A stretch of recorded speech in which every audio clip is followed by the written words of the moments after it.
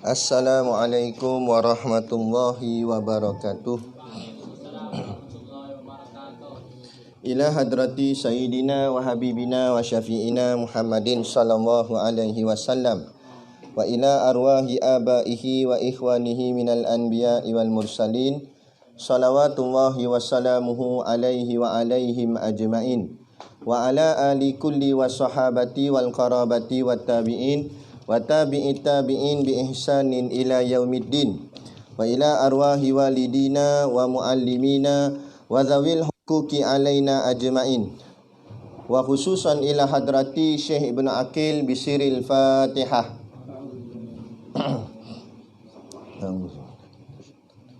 Bismillahirrahmanirrahim. Alhamdulillahirabbil alamin. Arrahmanirrahim. Maliki yaumiddin.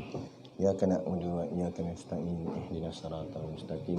Shiratal ladzina an'amta 'alaihim ghairil maghdubi 'alaihim waladdallin. Bismillahirrahmanirrahim. Alhamdulillahi hamdan katsiran kama amar. Asyhadu an la ilaha illallah wahdahu la syarikalah wa asyhadu anna sayyidana Muhammadan abduhu wa rasuluh. Allahumma salli wa sallim ala sayyidina Muhammad wa ala alihi wa ashabihi wa tabi'ina lahum bi ihsanin ila yaumiddin. Subhanaka la ilma lana illa ma 'allamtana innaka antal alimul hakim. Rabbi shrah li sadri wa yassir li amri wahlul 'uqdatam min lisani yafqahu qawli wala haula wala quwwata illa billahil aliyil azim. Amma ba'. Macam semalam Burhan, kalau ada soalan, 3 soalan bahagian ujung. Kita sambung lagi pengajian kitab kita muka surat yang ke-30 pada bab fasal yang baru, iaitu mukjizat karamah sihir. Qala al-muallifu rahimahullahu ta'ala wa nafa'ana wa iyyakum bi ulumihi fid daraini amin ya rabbal alamin. Kata pengarang kitab, mukjizat karamah sihir. Dia nak cerita tentang 3 ni. Apa dia mukjizat, karamah dan juga sihir? Yang pertama, mukjizat ialah perkara yang menyalahi adat yang berlaku daripada seseorang yang menjadi rasul, yang muafakat dengan yang sebenar, serta tidak datang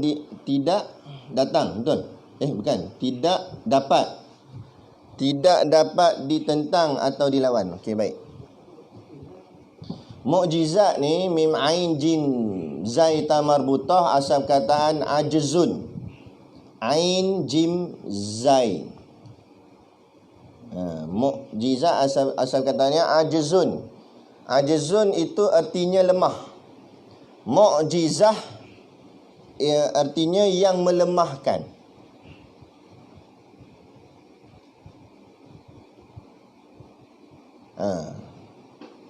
Dia jadi apa nama? Isim fa'il. Dia jadi orang, kan? Bukan jadi orang, jadi kelakuan sesuatu. Contoh macam Islam, Muslim, macam tu. Iman, mukmin, ada. Ajzun, mukjizah. Jadi mukjizat ni iaitulah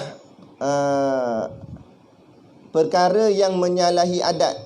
Kenapa mukjizat ni disebut yang melemahkan?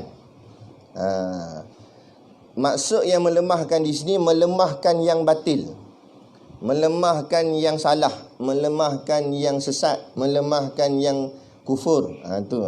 Tu mukjizat. Ialah perkara yang menyalahi adat. Satu perkara yang menyalahi adat. Menyalahi adat ni artinya balik kepada hukum adat yang kita belajar dulu. Apa hukum adat? Tambatan ada, tiada, tiada, ada, tiada tu. Jadi sepatutnya jadi begitu logiknya pada adat kebiasaannya, tapi dia menyalahi, maknanya tak jadi macam tu. Tu mukjizat tu yang menyalahi adat. Tapi bukan tu je, ada ciri-ciri dia lagi yang berlaku daripada seseorang yang menjadi rasul. Mukjizat ni perkara yang bercanggah dengan adat, menyalahi adat, dan benda itu, mukjizat itu berlaku ke atas orang yang menjadi rasul.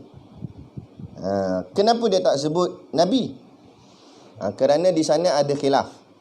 Kerana ada pendapat mengatakan bahawa atas nabi itu dipanggil lupa pula apa? Siapa tahu? Siapa ingat? Irhas. Irhas. Tapi ada juga pendapat yang kata nabi pun mukjizat juga. Tapi ada yang pendapat kata pada nabi tu irhas, pada rasul tu mukjizat. Perkara sama, nama saja berbeza. Perkara yang sama tu maknanya perkara yang menyalahi adat, mencagahi adat. Yang muafakat dengan yang sebenar. Jadi yang ketiga cirinya, yang pertama menyalahi adat, yang kedua berlaku ke atas seorang rasul, orang yang dilantik menjadi rasul. Yang ketiga, perkara itu mesti muafakat dengan yang sebenar. Maknanya cari adat tu benda yang betul. Cari adat tu atas tujuan yang betul. Perkara yang benar, bukan perkara yang batil, bukan perkara yang salah. Macam Nabi Musa baling tongkat jadi ular. Kalau sihir, kaedah sihir dia punya kaedah dia, kalau baling benda apa pun dia berubah, dia akan jadi asal balik. Itu sihir. Dia tak boleh hilang macam tu je. Sebab tu kalau kita tengok orang buat sihir magic macam mana pun, dia ambil kain putih, lepas tu berubah jadi merpati. Maknanya dia boleh ubah je. Nak bagi hilang terus tak boleh. Dia boleh ubah daripada kayu tongkat jadi ular, ular jadi tongkat balik. Itu kalau macam tu sihir. Tapi hebatnya mukjizat, bila Nabi Musa lawan dengan kumpulan sihir, ahli sihir tu, mereka ahli sihir baling tongkat jadi ular. Nabi Musa baling tongkat juga jadi ular. Dan ular Nabi Musa makan semua ular ahli sihir. Jadi bila makan, hilang macam tu je. Maka ahli sihir kata kalau ikut kaedah sihir, dia tak boleh hilang macam tu. Dia kena jadi balik lah. Ular atau berubah jadi tongkat gitu.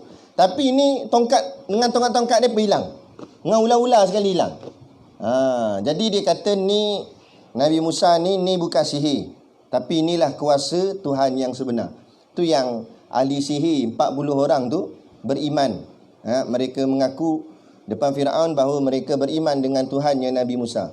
Itu yang rentetan berlaku kepada cerita Ashabul Ukhdud yang kita baca dalam kitab Kifayatul Muhtaj hari tu. Ingat balik yang tu. Itu dia punya rentetan kisah dia. Serta syarat keempat pula, serta tidak dapat ditentang atau dilawan. Bolehlah nak try lawan, tapi takkan boleh menang. Itu mukjizat. Tak boleh ditentang, tak boleh dilawan. Nak try lawan lah, tapi tetap tak boleh. Dia akan kalah. Dia akan sia-sia saja. Mukjizat tu. Siapa nak lawan mukjizat, dia kalah. Mukjizat yang ada pada hari ni apa dia? Al-Qur'an. Lepas tu kita tegakkan Quran, tak ada siapa boleh kalahkan kita. Tapi dengan cara yang betul. Kemudian yang kedua, karamah. Karamah asal perkataan karam. Karamun. Karamun. Yang artinya mulia. Karamah, sifat yang mulia. Yang Allah berikan pada seseorang. Siapa dia? Ialah perkara yang menyalahi adat. Macam tadi juga, yang bercanggah dengan adat. Yang pertama syarat dia. Yang kedua, yang berlaku daripada seseorang wali. Dan berlakunya itu kepada wali. Kan? Karamah ni dia berlaku kepada wali. Atau hamba Allah yang soleh. Ataupun hamba Allah yang soleh. Tetapi ini basic. Kalau ikut pecahan dalam kitab-kitab yang lebih dalam, kalau berlaku kepada orang yang soleh yang bukan wali, dia tak panggil karamah. Dia panggil ma'unah. Orang baik, kemudian berlaku perkara mencari adat. Contoh dia bukan wali, dia biasa ngaji pondok gitulah, hafal matan, kan, hafal hadis gitu, kuliah hadis, kan, pakai serban atas kepala. Baguslah dia jenis budak baik. Ngaji pondok. Sekali tu dia bawa motor nak pergi kedai, nak pergi beli sabun basuh baju lah, nak basuh baju dia, nak bawa pergi buat semayang. Dah macam mana duk hafal matan atas motor tu, tak nampak trailer kat depan. Langgar trailer. Trailer mati, dia tak mati. Contoh. Mana nak tahu tak? Trailer kemik, dia tak kemik. Kata, power. Bukan power, tu ma'unah nama dia. Berlaku ke atas orang yang baik. Allah nak berikan pertolongan. Tak mustahil benda tu. Tak payah pelik kan? Kan? Kalau Allah nak buat, tak ada masalah. Tapi itu panggil ma'unah pada orang-orang yang baik-baik. Yang bukan sampai taraf wali. Tapi kalau sampai taraf wali, namanya karamah. Benda yang sama, perkara mencari adat, cuma namanya berbeza mengikut kedudukan makam seseorang. Dan karamah, jangan salah faham. Orang duk ingat karamah ni dia bila-bila masa dia boleh pakai karamah dia. Tak, bila diizin Allah saja. Begitu juga dengan mukjizat.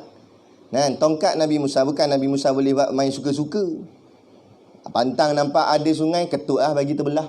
Tak, bukan macam tu. Atas izin Allah dan atas perintah Allah. Lepas tu bila Nabi Musa sampai dekat sungai tu, Nabi Musa berdoa pada Allah, tanya Allah macam mana nak buat. Barulah Allah bagi arahan pada Nabi Musa, suruh ketuk tongkat dia pada laut tu. Barulah laut tu terbelah. Bukan maknanya bukan pandai-pandai suka-suka. Mukjizat ni. Begitu juga dengan karamah. Kita dengar ada wali boleh jalan atas air. Bukan suka-suka, pantang nampak air jalan atas tu. Bukan maksud macam tu. Bila saat diperlukan saja. Contohnya dia nak kena seberang sana sebab nak tolong ada tentera Islam tengah berperang dengan tentera kafir. Kalau nak tunggu sampan datang lambat, maka masa tu barulah karamahnya terjadi jalan atas air. Bukan setiap masa. Atas izin Allah pada ketika saat memerlukan. Itu panggil karamah. Kemudian lagi sihir yang ketiga. Sihir ialah perkara yang menyalahi adat. Benda yang sama, perkara yang bercanggah dengan adat. Maknanya patut jadi begitu tapi tak jadi begitu. Ataupun boleh juga dengan jalan atas air pun boleh juga atas nama sihir. Tapi dengan syarat apa dia? Yang berlaku daripada seseorang. Berlaku tu atas satu-satu orang, tetapi dapat ditentang. Tapi dia boleh dikalahkan. Mukjizat tak boleh dikalahkan. Karamah pun tak boleh dikalahkan. Adapun sihir bercari adat tapi boleh dikalahkan. Ada anak pernah tengok filem Wali Songo. Entah betul tak tidak, orang alam lah, tapi dia buat filem. Dalam cerita tu, ahli sihir ni dia susun telur ayam tu, susun terapung. Dia susun menegak. Bersambung-sambung telur tu. Dia susun 1, 2, 3, 4, 5 sampai atas. Lepas tu dia cabar wali tu. Dia kata kalau betul agamamu benar, lawan lah. Aku buat ni. Dia buat telur tu boleh terapung tegak straight. Ahli sihir buat. Datang wali ni dia buat macam mana? Dia ambil telur tu, dia susun kat tegak tapi selang-selang. Maknanya yang ni terapung, yang ni terapung, yang ni terapung, yang ni terapung. Tadi yang dia buat, ahli sihir buat, boleh jadi yang pertama dia terapung, yang kedua ni dia di atas nombor 1, nombor 3 dia di atas nombor 2. Maknanya tak power. Yang wali buat semua terapung. Senyap tu ahli sihir tu. Tu maksudnya mukjizat, karamah tak boleh dilawan. Sihir boleh dilawan. Boleh dilawan tu maksudnya boleh dikalahkan sebab dia batil.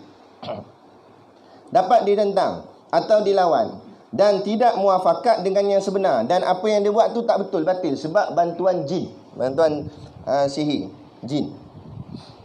Macam orang duk post dekat YouTube tu, silat-silat apalah, dia baca-baca mentera, dia ambil parang, dia tetak-tetak tangan dia. Tengok, tak jadi apa. Memang sebab jin tu tahan.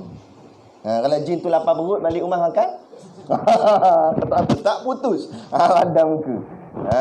Tak ada. Dia ginilah, kita ambil mudahlah.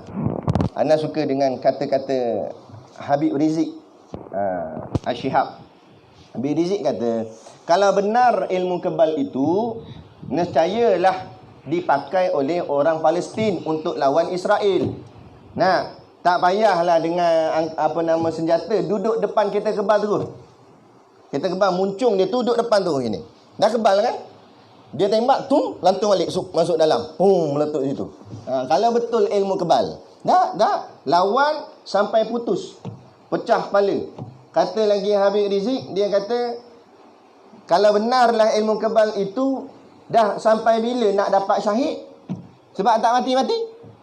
Sedangkan cita-cita orang berjuang syahid, tiba-tiba tak nak syahid. Dah tu maknanya tak betul lah tu. Kita berjuang ni bukanlah nak mati, tapi berjuang biar mati atas berjuang. Sebab cita-cita kita ialah syahid. Kerana ganjaran syahid itu ganjaran yang paling besar. Nak bighairi hisab, tanpa hisab, terus masuk dalam syurga. Tiba-tiba kebal tak mati-mati. Kawan lain syahid dah, dia seorang tak syahid lagi. Bila aku nak syahid ni? Dah mau pakai jin. Orang tak nak. Kita bukan pakai bantuan jin, kita pakai bantuan Allah. Tengok macam apa yang berlaku di perang Badar. Apa yang berlaku perang-perang para sahabat dalam mempertahankan Islam. Jadi jangan terpengaruhlah dengan benda yang bukan-bukan. Selalu anak-anak muda ni, dia dulu zaman, mungkin antum tak pernah dengar, ataupun kalau orang lama mungkin pernah dengar. Zaman-zaman ayah-ayah kita dulu, ada satu silat namanya silat Nasrul Haq. Orang lama tahulah kot, silat Nasrul Haq. Dia ada baca, dia pakai ayat Quran ke, tapi cara keadaannya tu salah. Baca, dia kalau nak berlawan, dia mesti marah. Kalau tak marah, tak jadi. Dia mesti ada perasaan marah, baru jurus tu datang. Jurus tu pula datang sendiri. Maknanya tangan dia, kaki semua gerak sendiri. Dan orang kalau nak terajang dia dari jauh, orang tu lompat, dia tak payah apa-apa, dia diri je. Diri, kawan tu lompat, terpelanting tepi. Dia buat pusing tangan sini, jatuh semua orang kat depan dia. Jadi itu macam mana tu? Macam mana dia boleh jatuh? Kalau bukan dengan bantuan jin. Jadi benda-benda macam tu tak perlulah. Kita nak pakai dengan izin Allah, dengan bantuan daripada Allah. Boleh jadi itu mungkin ilmu orang zaman dulu-dulu. Orang cerita mungkin zaman 13 Mei dulu, zaman perang lawan komunis apa semua. Boleh jadi betul juga. Tapi itu semua dengan ilmu. Orang zaman dulu beramal dengan ilmu. Orang zaman sekarang beramal bukan dengan ilmu, beramal sebab nak tunjuk act pada orang. Orang zaman dulu ada ilmu sorok-sorok, senyap-senyap. Orang zaman dulu ada silat, tak buka silat. Melainkan orang tala ke dia, baru dia sambut. Zaman lah tak ada apa nak test orang. Orang tak ada, dia bantai pokok pisang. Nampak? Ni. Kan? Sebab tu jadi mengarut. Salah guna ilmu. Orang zaman dulu ada ilmu, maksudnya itu je. Nampak macam biasa je. Sekali dia buka, baru tahu. Kan? Tu. Jadi itu semua kita takut termasuk dalam sihir. Orang yang amal sihir ni, setengah riwayat kata 40 hari tak diterima ibadat. Tak payah kata yang mengamal, yang bertemu dengan ahli sihir, bertemu saja, jumpa dukun, kan? Setengah riwayat kata, ada yang pendapat kata hadis ni dhaif, lemah. Tapi ada riwayat mengatakan 40 hari tak diterima amalan dia. Maknanya satu benda yang sangat besar. Takut jadi rosak akidah, jadi kafir. Sebab percaya kepada sesuatu yang lain daripada Allah untuk menolong dia. Kita semata-mata Allah. Allah yang tolong kita.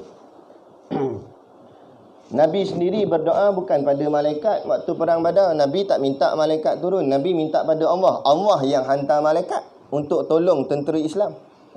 Nampak? Jadi hajat kita pada Allah. Kemudian Allah hantar pertolongannya melalui jin Islam ke, malaikat ke, itu terpulang pada Allah. Tapi permintaan kita pada Allah, bukan pada jin.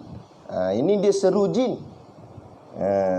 Mambang tanah, mambang, habis semua mambang panggil. Nak?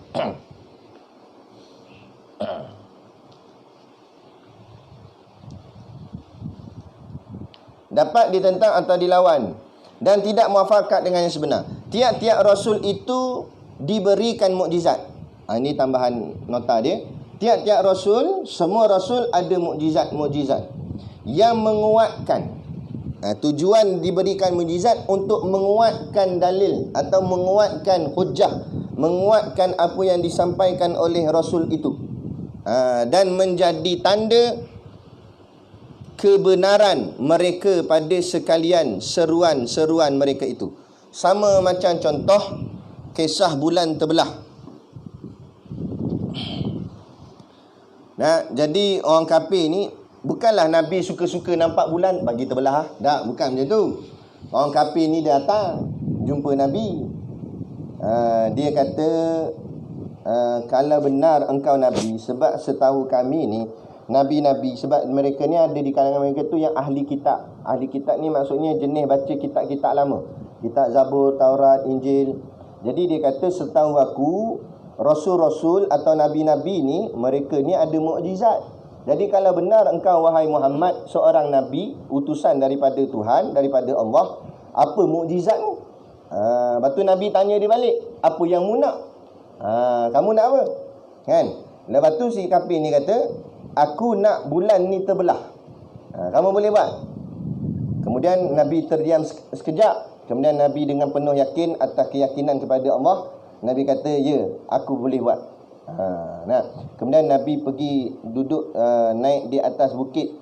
Nama bukit tu Jabal Abi Kubais. Jabal Abi Kubais, siapa pergi kat Mekah, dia pergi dekat bangunan sa'i, tempat orang sa'i lari-lari anak tu, pergi kat luar bangunan sa'i tu, menghadap ada satu macam tembok tinggi. Itulah namanya Jabal Abi Kubais. Di situlah tempat Nabi membuatkan bulan terbelah. Jadi Nabi berdiri atas tu, Nabi solat 2 rakaat. Sesudah solat, Nabi mohon doa pada Allah, minta hajat. Ya Allah, sebelum tu Nabi tanya dulu kat kafir ni, kalau aku boleh buat bulan terbelah, kamu nak beriman tak? Itu syarat. Macam Tok Guru kita sebut tadi, biar buat apa pun tujuan dia untuk menangkan Islam. Kalau tak ada faedah pada agama, tak payah buat. Jadi kalau Nabi buat bulan terbelah tapi mereka tak beriman, buat apa nak buat bulan terbelah? Jadi Nabi tanya dulu, kalau aku buat bulan terbelah ni, kamu nak beriman tak? Kafir-kafir ni kata, ya, kami akan beriman. Baru Nabi buat. Baru Nabi minta pada Allah. Kemudian Allah utuskan malaikat. Malaikat memberi khabar kepada Nabi, ya Muhammad, kau talakan tanganmu kepada bulan, nescaya bulan akan terbelah. Jadi Nabi pun talakan tangan ke bulan, maka terbelahlah bulan. Sebahagiannya duduk di atas, berhampiran dengan Bukit Safa, sebahagian lagi berhampiran dengan Bukit Marwah. Kalau siapa tengok jarak Safa dan Marwah tu sangat jauh, lebih kurang berapa ratus meter dah, 200 kot, atau 200 lebih meter. Jarak dia jauh, panjang. Jadi maknanya kira dari sini sampai rumah Ustaz Akram, atau lajak sikit ke depan, jarak dia tu, jauh dia tu. Itu antara Bukit Safa dan Marwah. Jadi bulan tu jauh perginya. Bukan terbelah sikit gini, tapi jauh. Jadi bila tengok tu, adalah yang beriman, tapi ada juga yang tetap kufur. Contohnya Abu Jahal. Abu Jahal ada waktu tu, dia tengok tapi dia tetap tidak beriman. Malah dia kata, hebat sungguh sihir Muhammad, dia kata. Sampai dia boleh sihir mata kita, nampak bulan tu macam terbelah. Jahat yang mulut dia. Lepas tu dia tak percaya. Akhirnya dia ada saudagar-saudagar yang baru balik daripada bumi Syam, balik ke Mekah. Dia tanya, kamu nampak pelik ke pada langit tadi? Ya, kami perasan juga satu fenomena di mana bulan terbelah dua. Lantas ingatkan beriman, tak beriman juga. Dia kata, hebat sihir Muhammad. Rupanya dia sihir satu dunia, dia sihir. Bukan kita je dia kena sihir dia, satu dunia dia kena sihir. Dia buat sihir dia. Jahat sungguh mulut si Abu Jahal. Dan cerita tentang bulan terbelah ni tak habis itu je. Apabila ulama-ulama daripada tanah Arab berhijrah ataupun menyampaikan dakwah mereka ke bumi India, di negara India lah, sampai ke India, mereka jumpa satu orang pendeta orang Hindu ni lah, kafir lah asalnya. Kemudian bila dia nak sebarkan agama ni, kemudian orang pendeta ni tanya dia satu soalan kepada ulama Islam ni. Aku ada tulis satu nota di mana satu tika dulu, lama, tak berapa ratus tahun dulu, saat aku muda lagi, dia kata, aku pernah melihat satu benda yang ajaib, yakni bulan terbelah. Aku lihat kamu ni macam orang cerdik. Kalau benar kamu cerdik, boleh tak kamu jawab peristiwa yang berlaku itu? Bila ulama ni dengar, ulama ni kata yang buat bulan tu terbelah nabiku dan nabimu sebenarnya. Lantas orang India ni dia masuk Islam. Dan buku tu masih sampai sekarang ulama simpan. Tertulis cerita tentang bulan terbelah. Maknanya bulan terbelah ni bukan hanya di tanah Arab, seluruh dunia nampak. Seluruh dunia menyaksikan hebat mukjizat baginda Nabi kita Nabi Muhammad sallallahu alaihi wasallam. Jadi tujuan mukjizat nak menguatkan dan nak menunjukkan kebenaran agama Islam tu.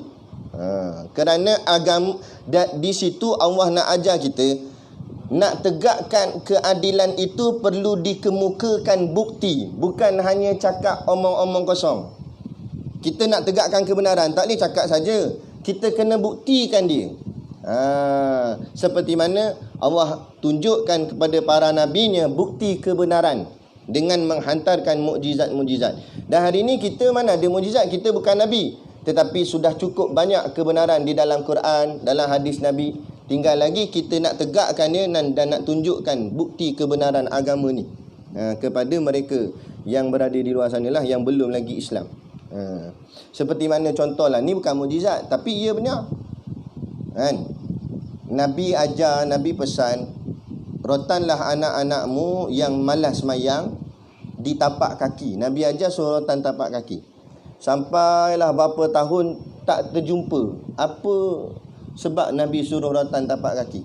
Kemudian satu hari tu berlaku di kajian sains, menunjukkan bahawa di kaki ni dia ada reseptor. Kalau belajar sains tahulah nama reseptor. Reseptor ni dia menerima rangsangan. Reseptor ni ada reseptor haba, ada reseptor sentuhan. Tapi di kaki kita dia paling banyak reseptor sentuhan. Sebab tu kaki kita kalau pijak benda tajam sikit dia cepat terasa. Sebab dia bahagian detect sentuhan. Maka di reseptor sentuhan tu, bila dia tersentuh, maka dia akan hantar maklumat tu sampai ke akal dan menyebabkan akal ni dalam, bukan akal, otak. Dekat otak kita ni dia ada neutron dekat otak ni. Kalau kita zoom dia tu, dalam dia tu dia ada neutron. Neutron ni kadang-kadang kalau orang jenis lembab malas fikir, dia jadi neutron tu malap. Dia tak berkembang, dia duduk senyap itu. Tapi bila kena sentuhan kat tapak kaki tu, neutron tu dia akan jadi charge semula, dia akan terbuka, dia akan bersinar. Maka maknanya hikmah daripada apa yang Nabi ajar, rotan tapak kaki boleh mencerdaskan otak sehingga budak tu boleh jadi cerdik. Ada. Tu kajian sains membuktikan. Tu yang akhirnya doktor-doktor bila orang sakit dan sebagainya, dia suruh reflexology. Apa tu reflexology? Jalan atas batu supaya tersentuh bahagian reseptor di bawah tapak kaki tu sehingga mencerdaskan otak. Tu. Lepas ni kita rotan depa tapak kaki. Boleh? Tu pakai kasut siap-siap ni. Kasut tak acik lah. Tu yang bebal. Kena tapak kaki tu baru cerdik. Tu dah. Allah Nabi ajar dah hebat dah. Itu baru jumpa satu. Banyak lagi yang Nabi ajar, yang agama ajar, masih lagi sains buat kajian. Akhirnya lama-lama akan terjumpa hikmah-hikmah dia. Hebat-hebat dia. Benar kata Nabi. Nabi dulu pernah kata akhir zaman nanti besi akan terbang, Nabi kata. Betul lah, kapal terbang tu besi. Nabi kata. Nabi kata besi terapung di atas air. Sahabat masa tu tak nampak juga macam mana besi terapung atas air. Kapal. Maknanya mendahului ilmu Nabi tu. Sebab tu Nabi itu fatanah, seorang yang bijak. Tapi kebijakannya itu atas apa yang diajar oleh Allah kepada baginda yang mulia Nabi Muhammad sallallahu alaihi wasallam. Mereka pada sekalian menjadi tanda kebenaran mereka pada sekalian seruan-seruan mereka itu. Membenarkan lagi seruan. Seruan tu dah benar. Bila ditunjuk bukti, menambahkan lagi kebenarannya. Begitu juga. Jadi kita dalam berdakwah tak boleh cakap saja. Sebab tu kita kena bawa dalil untuk buktikan. Sama macam kita mengaji sifat 20. Kalau mengaji saja sifat tama wujud, artinya ada, maknanya Allah itu ada, tanpa dengan dalil, maka dia tak jadi kuat, dia tak jadi kukuh. Jadi bawa dalil. Apa dalil Allah itu wujud? Alam ada? Takkan alam ada Tuhan tak ada? Dah siapa cipta alam? Itu dalil. Itulah bukti. Bila ada bukti, dia pegang kemah. Bukti ni ibarat akar. Bila akarnya mencengkam tanah, tak ada yang boleh mencabut dia. Tak boleh nak menyebabkan dia jadi tumbang. Sebab akarnya kuat. Sebab bila orang yang beriman dengan dalil, dia ada dalil, tak ada siapa boleh nak rosakkan iman dia. Sebab dalilnya tu kuat. Sebab tu kita kena belajar berserta dengan dalil, barulah kuat. Mukjizat yang apa tu? Yang besar. Mukjizat yang besar dan berkekalan ialah mukjizat yang diberi Allah kepada Nabi Muhammad SAW. Jadi ulama buat kajian, antara mukjizat yang paling besar sekali ialah mukjizat yang Allah berikan kepada baginda Nabi Muhammad SAW. Malah bukan setakat mukjizat tu paling besar, mukjizat itu paling kekal, paling lama. Berbanding mukjizat lain. Contoh mukjizat Nabi Musa AS, tongkatnya boleh dipakai oleh Nabi Musa seorang saja. Bila Nabi Musa sudah wafat, tongkat tu tak boleh buat apa. Tinggal-tinggalan sejarah je lah. Mana kalau orang lain pergi ketuk laut pun tak terbelah. Ketuk sampai patah pun tak jadi apa juga. Sebab apa? Sebab mukjizat tu untuk Nabi Musa sahaja. Adapun baginda Nabi kita Nabi Muhammad SAW, Allah berikan pada baginda iaitu Al-Quranul Karim. Inilah mukjizat paling azam, mukjizat yang paling besar. Sebab apa mukjizat Quran paling besar? Siapa boleh jawab? Yang hafal Quran. Kenapa mukjizat Quran tu paling besar? Kerana Quran itu kalamullah. Quran tu kata-kata Allah. Kalau tongkat Nabi Musa, kadar tongkat.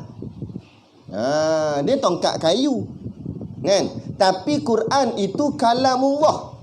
Kata-kata Allah. Mana lagi yang paling besar, paling hebat melainkan kata-kata Allah.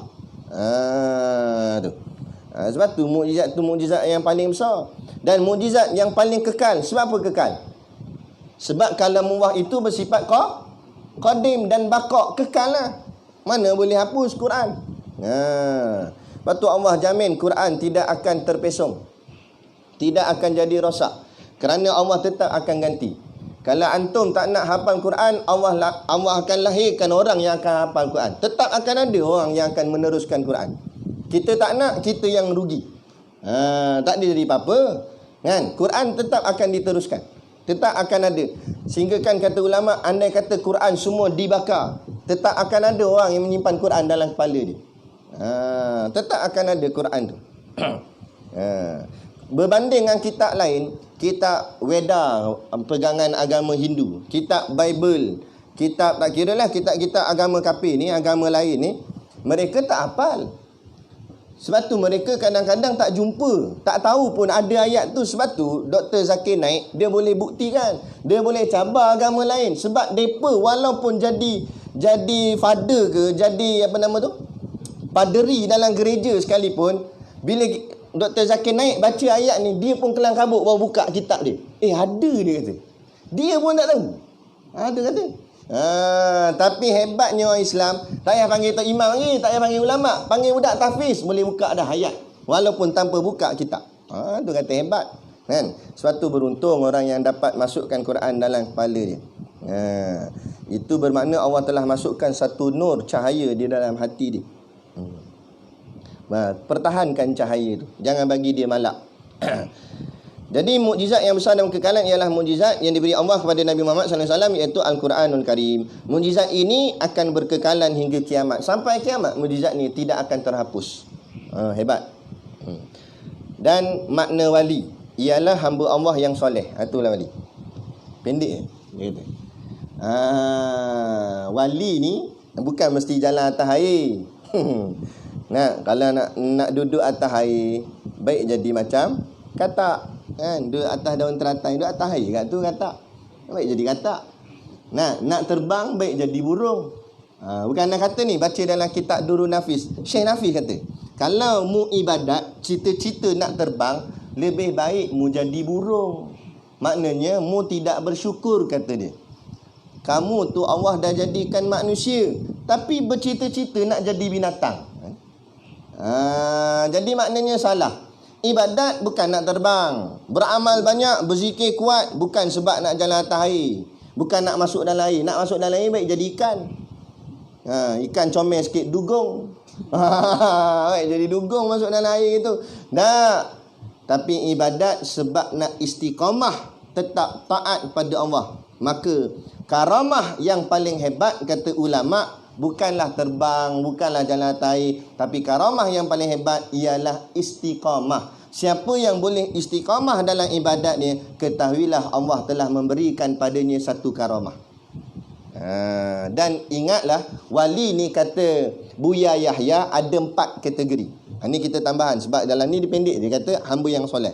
Wali ni ada 4. Yang pertama, dia tahu dia wali dan semua orang tahu dia wali. Itu kategori yang pertama kata Buya Yahya. Dia tahu dia wali. Macam mana dia tahu dia wali? Mungkin dalam mimpi ada orang bagi tahu kamu sudah Allah angkat menjadi wali. Dan dia nampak sendiri karamah yang berlaku atas diri dia. Contohnya dia pejam celik sampai Mekah. Dia tahu, aku wali ni sebab ada karamah boleh pergi Mekah pejam celik. Kan? Dan orang lain pun tahu dia wali sebab orang lain nampak karamah yang berlaku atas diri dia. Itu yang pertama. Dia tahu dia wali dan semua orang tahu dia wali. Kategori yang kedua kata Buya Yahya, dia tahu dia wali tapi orang lain tak tahu dia wali. Dia tahu dia wali macam tadilah, mungkin dari amanat daripada mimpi, ataupun dia nampak karamah yang berlaku atas dirinya sendiri, kan? Contoh dia tak ada beras, tapi buka bekal beras ada saja. Beras yang dia ambil tak pernah kurang. Dia tahu apa yang berlaku kat diri dia. Jadi dia tahu ini karamah yang Allah beri pada dia. Contoh. Tapi orang lain semua tak tahu sebab orang lain tak nampak karamah yang berlaku atas diri dia. Dia seorang je yang tahu. Ini kategori yang kedua. Kategori yang ketiga kata Buya Yahya, dia tak tahu dia wali tapi orang lain semua tahu dia wali. Dia tak perasan apa yang berlaku pelik kat dia. Dia tak perasan sebab dia bagi dia buat biasa je. Padahal dia pejam celik sampai Mekah tapi dia tak perasan. Mekah, aku beli tiket buat itu. Padahal tak sebenarnya. Dia sendiri tak perasan diri dia. Tapi orang lain nampak. Dia ni wali ni. Kan? Contoh ini sangkaan Ana lah. Moga-moga sangkaan ini benar. Ana menganggap Tok Guru kita, Tok Guru Siddiq Nur seorang wali. Wali kategori yang ketiga ni. Dia tak tahu dia wali tapi orang lain nampak kewalian dia. Seperti mana kata Ustaz Naha, kan? Dia kata Tok Guru Ampau ni wali, dia kata. Kalau tak wali tak boleh buat sekolah macam ni. Sekolah macam ni, apa maksud sekolah macam ni? Menanggung berapa orang dengan pembelanjaan yang percuma. Tapi boleh hidup kita. Makan kita cukup, elektrik kita cukup. Tapi kalau ikutkan boleh kita Tok Guru seorang nak tanggung berapa ramai orang. Dengan anak bininya lagi. Jadi pada situ sebenarnya kalau kalian antum semua kaji betul-betul Tok Guru ni, kita nampak benda tu pelik. Macam mana Tok Guru boleh buat? Ada saja pula tu duit. Mana datang tu macam Tok Guru cerita tadi. Kan? Pengalaman Tok Guru dalam takbir sekolah ni, dia kata pernah kadang-kadang sampai bil merah sampai. Pernah berlaku kat situ. Orang TNB datang. Dia dah pegang dah fuse elektrik ni. Dia cabut bil dia sebab kita tak bayar. Kan? Sampai Ana pun turun, Umi pun turun. Bincang elok-elok cakap janganlah macam ni sekolah agama. Dia marah lagi masa tu. Dia kata, tak kira lah sekolah agama ke apa ke. Patutnya kamu tahulah, kamu lagi mengaji agama. Benda ni kena bayar. Kamu tak nak bayar. Marah dia. Kami bujuk-bujuk. Tiba-tiba Tok Guru datang. Tok Guru nak pergi sembahyang Zuhur. Waktu tu tengah hari. Tok Guru lalu. Tok Guru kat tingkat. Kenapa ni? Tok Guru tanya kenapa ni. Tiba-tiba kawan tu jadi lembut dia kata. Tak ada. Ni elektrik tak bayar itu. Tak apalah, saya pasang balik lah. Tapi nanti bayarlah ya. Aku dalam hati cakap tadi bukan main cengih. Tok Guru aku datang lembut pula. Mana pelik kita tengok Tok Guru kita. Kan? Orang lain perasan tapi mungkin dia sendiri tak perasan. Itu kategori ketiga. Tapi kita ni, kita yang ramai-ramai ni, moga-moga lah kategori yang keempat. Apa dia? Dia tak tahu dia wali, orang lain pun tak tahu dia wali. Ni kategori keempat. Ni Buya Yahya kata, kita tak tahu kita wali dan orang lain semua pun tak tahu kita wali. Padahal kita wali. Allah je tahu kita wali. Kemudian di hujung ayat tu, masa dalam ceramah tu, Buya Yahya kata, moga-moga kita yang hadir semuanya yang wali yang keempat, dia kata. Moga-moga. Kan? Tapi malam ni janganlah senyum dalam tidur. Wali aku rasa. Terukmu wali. Jangan duk rasa-rasa itu, tapi moga-moga lah. Moga-moga Allah lantik kita wali. Tapi kata ulama dah, setiap orang beriman itu dikira wali dah. Bila kita jadi orang beriman, kata ulama, wali dah. Cuma wali sohir, wali kecil. Kenapa dikatakan orang beriman itu wali? Kerana Allah berikan cahaya iman dalam hati dia. Kerana Allah tak bagi kat semua orang. Allah pilih-pilih.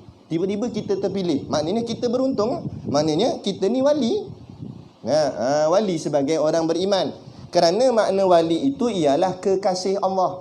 Kita dapat iman tu kasih Allah. Kita tak minta iman. Ada siapa sini minta? Masa di dalam perut mak dia, bagilah iman. Keluar ni Islam lah. Ada? Dah. Dia main duk tendang perut gitu. Kan? Tahu-tahu keluar wek. Ada siapa keluar iman gitu. Dah keluar wek semua. Wek. Tengok celik buka mata, ayah pakai kopiah. Mak pakai tudung lituk. Alhamdulillah. Maknanya Allah jadikan kita lahir sebagai Islam. Walaupun kita tak minta. Maknanya Allah pilih. Berapa ramai kat luar sana wek. Buka-buka mata tengok ayah bukit di lutung. 3 lai atas dahi. Mak nanda ni, ayah mbak tambi. Dia kata ayah ini apa macam. Dia tak minta tapi dapat. Nak macam mana? Contoh kan. Tapi tak semestinya mula-mula je. Hujung-hujung siapa tahu Allah bagi dia iman. Kita pun jangan sangka elok je. Sekarang je Islam, takut-takut ujung-ujung kan kita lah orang lain. Jadi kena jaga iman tu. Jadi itulah pengertian wali. Moga-moga macam Bu Yaya kata tadi, kita jadi wali yang keempat. Jadi kita berhenti setakat tu dan kita akan sambung nanti muka surat yang ke-31 Nabi Muhammad SAW. Nanti dia akan cerita, Syekh akan cerita tentang perihal baginda Nabi kita Nabi Muhammad SAW. Moga-moga dengan kita membaca kisah Nabi kita ini bertambah kecintaan kita pada Nabi kita, insya-Allah. Ada soalan? Oh tak ada. Sini ada soalan. Ya.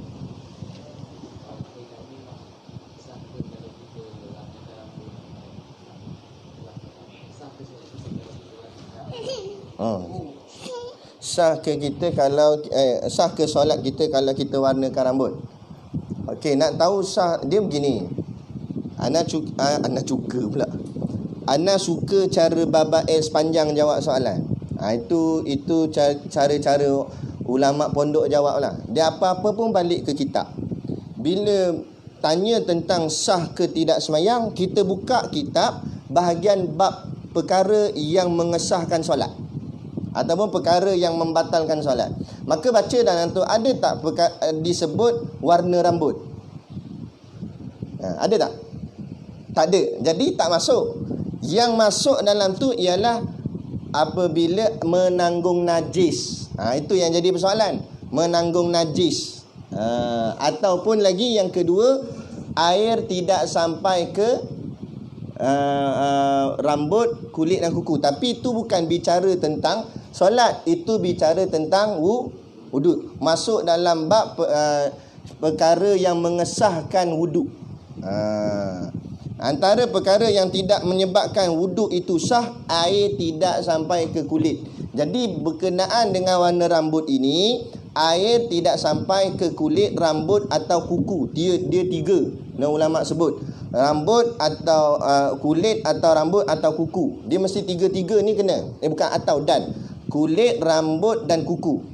Jadi berkenaan dengan warna rambut, dia berkait dengan rambut. Persoalannya, kalau dia warnakan rambut, air itu sampai tak kena ke rambut yang betul.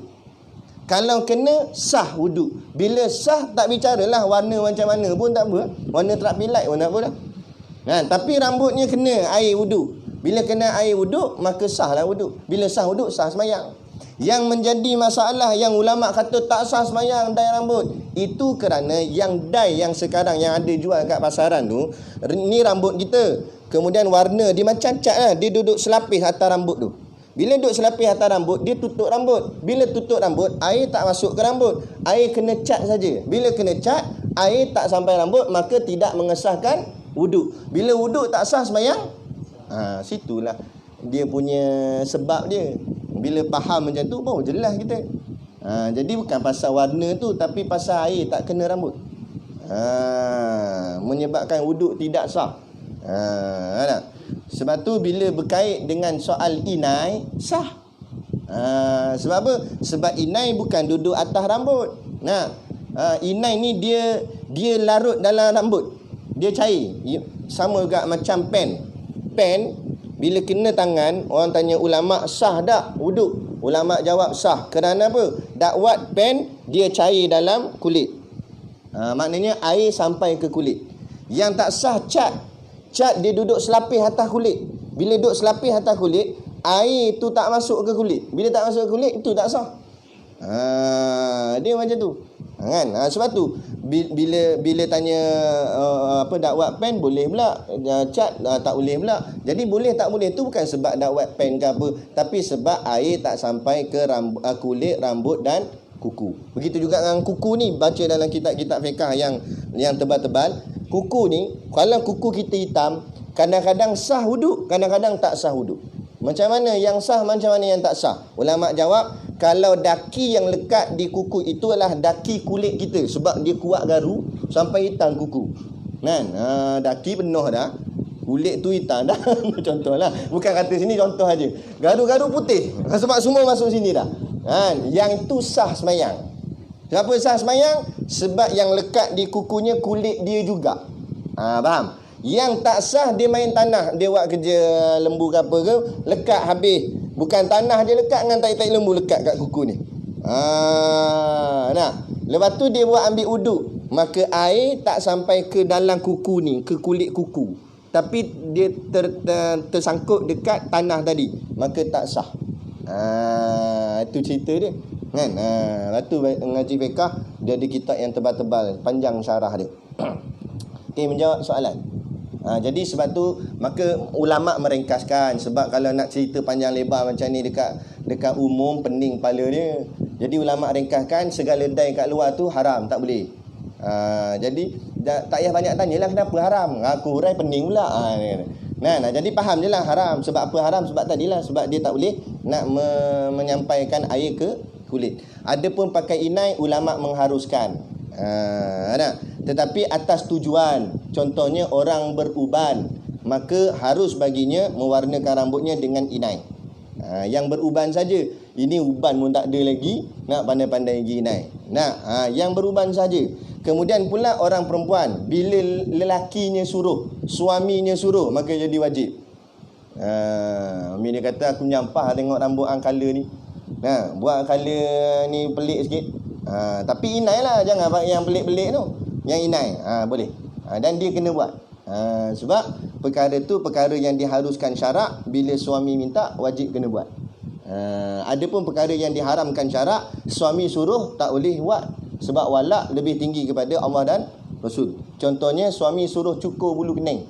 Cukur bulu kening haram dalam hadis, Allah laknat. Jadi dia pergi cukur gak sebab apa? Suami suruh. Itu tak boleh.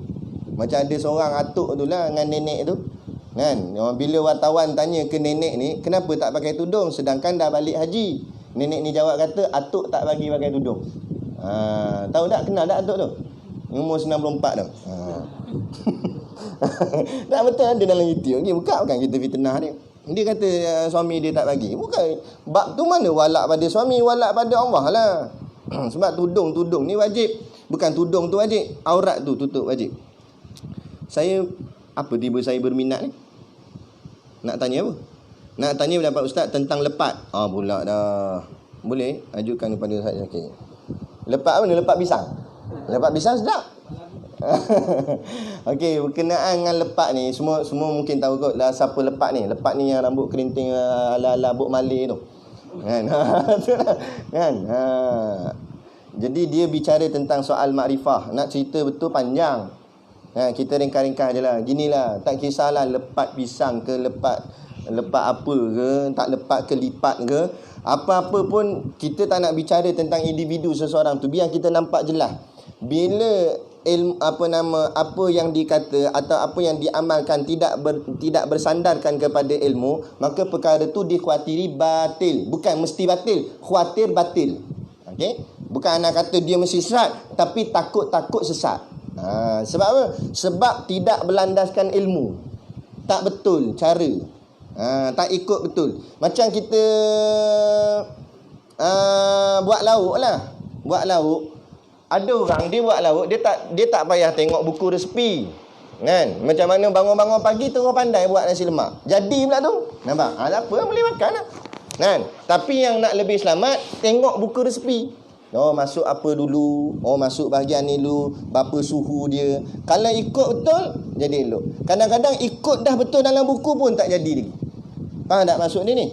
Maknanya kita nak buat apa amal, ikut kitab lah, ikut ilmu yang ulama' dah ajar. Kadang-kadang ikut pun kadang-kadang salah lagi. Apatah lagi kalau tak ikut. Tu cerita dia.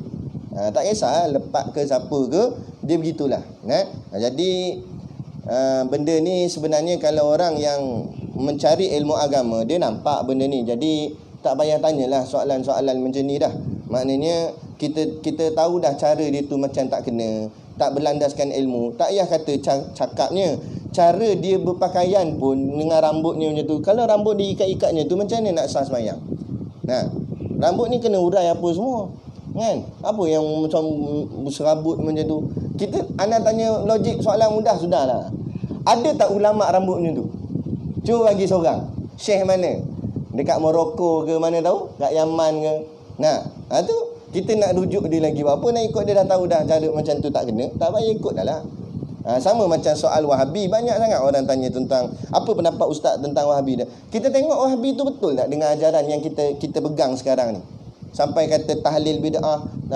Dia kata setiap yang melakukan bid'ah masuk dalam neraka. Sekarang kita tanya balik diri kita, kalau kita baca tahlil, baca wirid lepas sembahyang, masuk neraka ke dengan sebab tahlil? Benda tu orang tak ngaji tinggi pun boleh jawab.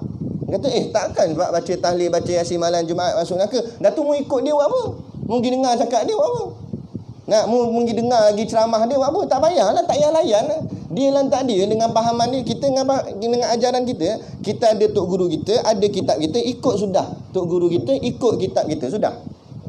Setiap orang semua nak berjalan, tapi ada orang berjalan dengan cahaya, ada orang berjalan dengan tanpa cahaya. Masing-masing kan. Kita boleh nasihat je, kita kata jangan buat macam ni. Dah tak nak dengar, ikut sekati dia. Lepas tu kita tak payah takut sibuk kita ke layan dia, yang sedangkan ilmu kita tak bertambah pun. Sibuk nak lawan ke Wahabi, sibuk nak lawan ke lepat, yang kita bahagian kita najis moral azhar pun tak tahu benda. Macam mana? Nak cara cuci najis tak erti. Jadi kita fokus pada pengajian kita sudah. Lantak dia lantak dia lah. Nak lawan pun tengok mengaji tinggi-tinggi juga. Kita pun tak setara mana, jadi kita tak payah. Kita ikut tok guru kita sudah. Ini nak berdebat dengan Maulana Fakhur Razi lah, nak berdebat dengan Dr. Asri Mazhar lah apa. Kalau sama-sama taraf ulama tak apa. Macam hari tu Tuan Guru Rozaini berdebat dengan Maulana Fakhur Razi. Dia sama-sama orang mengaji, orang ada ilmu sama-sama dia. Tak apalah. Kita setakat kitab Zadul Muta'alim pun tak habis lagi. Itu pun kadang-kadang tertinggal kitab.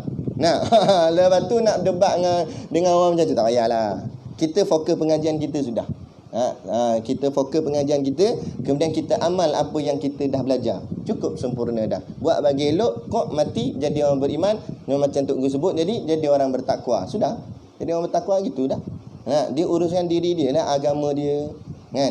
Cumanya kalau kita khawatir ada ahli keluarga kita atau kawan-kawan kita terikut ajaran yang sesat, kita nasihat dia. Kita tengok kawan kita selalu malam-malam sebelum tidur tengok video lepat. Kita katalah, jangan tengok lepat ni. Nak tengok ni Tok Guru Siddiq no. Kita macam tu sudah. Nak bicara panjang-panjang, kali kita kena lipat. Jadi tak payah nak menyusahkan diri lah. Akhirnya kita sudah. Kalau nak urai memang panjang lah. Nanti takut jadi ke tahap kita ngumpat lah apa sebagainya pula kan. Jadi kita gitu sudah. Kita ikut amal kita sudah. Ilmu kita kan. Gitu sudah. Kita ada kitab, kira okey dah. Ngaji ikut kitab. Jadi kadar tu sudah. Pada malam ni, moga-moga apa yang kita belajarkan ini dapat kita amalkan dan dapat kita fahamkan dalam kehidupan kita insya-Allah. Wabillahi taufiq wal hidayah. Assalamualaikum warahmatullahi wabarakatuh. A'udzubillahi minasyaitonirrajim. Bismillahirrahmanirrahim. Alhamdulillahirabbil alamin wassalatu wassalamu ala asyrafil anbiya'i wal mursalin sayyidina Muhammad wa ala alihi washabihi ajmain. Allahumma taqabbal minna salatana wa du'aana innaka antas samiul alim wa tub alaina innaka antat tawwabur rahim. Allahumma ja'al dinana dinan nabi Muhammadin sallallahu alaihi wasallam wa islamana islamal muslimin wa imanana imanal mu'minin wa salatana salatal khashiin wa a'malana a'malas solihin wa niyatana niyatal mukhlisin wa dzunubana ya Allah dzunubal mustaghfirin wa hayatana hayatal ulama wa mautana bi mauti syuhada wa adkhilnal jannata ma'al anbiya'i alaihimus salatu wassalam. Rabbana atina fid dunya hasanah wa fil akhirati hasanah wa qina adzabannar wa qina adzabannar wa qina adzabannar. Wa sallallahu ala khairi khalqihi sayyidina Muhammad wa ala alihi washabihi wasallam. Subhana rabbika rabbil izzati amma yasifun. Salamun alal mursalin walhamdulillahi rabbil alamin. Amin ya rabbal alamin. Taqabbalallahu minna wa minkum. Takbir.